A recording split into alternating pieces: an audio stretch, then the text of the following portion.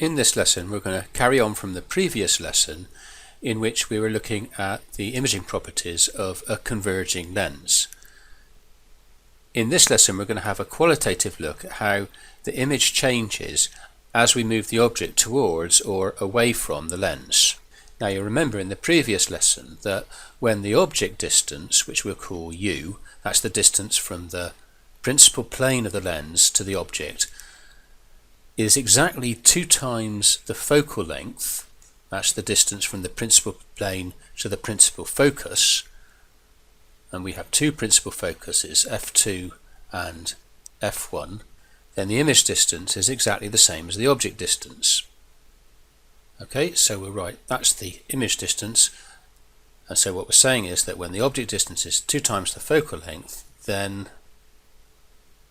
the image distance, v, will be equal to the object distance, u. That's the distance to the image is the same as the distance to the object. Likewise, the height of the image will be exactly the same as the height of the object. Okay, so what we're going to do now is have a look at what happens to the image when we move the object towards and away from the lens. So I'm going to get rid of all this stuff because it's getting in the way. First of all, let's move the image away from the lens. Okay, and we'll find out where the image is going to be. So the first thing we'll do is we'll trace our paraxial ray, our ray that's parallel to the principal axis, up to the principal plane of the lens, and then through the principal focus f1.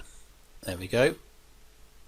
And next we'll draw another ray through the center of the lens. Okay, this ray, remember, is not deviated because it's passing through the center of the thin lens, and you can see where those 2 rays intersect defines the position of the new image. So we'll put the image in.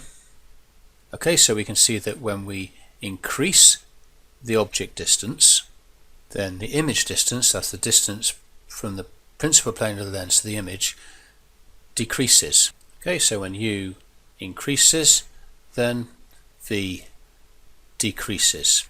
Likewise, you'll notice that the image is smaller, so as we move the object away, then the size of the image diminishes.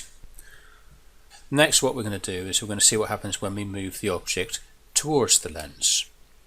Okay, so we're in the same start position as we were before when the object distance is exactly 2 times the focal length, and we'll move it towards the lens. Let's move it, for example, to this position, and let's see what happens to the image now. So we'll draw our parallel ray, our ray parallel to the principal axis, and from there through the principal focus f1, which would extend that right down here, you'll see why in a minute, and then another ray from the same point in the object through the center of the lens, which would not be deviated, that is not refracted or bent, that goes straight through.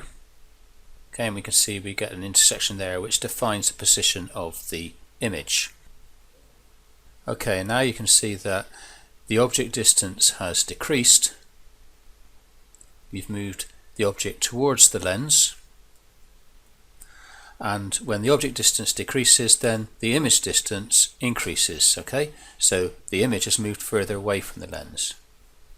So the object distance has decreased and the image distance has increased. And you'll also notice that the image in this case is, again, as before, inverted, as it was in the previous example, real.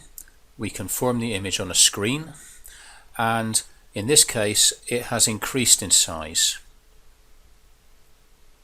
In the next lesson what we're going to do is we're going to see what happens when we take this object and we move it beyond the point f2. Okay, so we're going to position it between f2 and the lens and see what happens to the image in that case.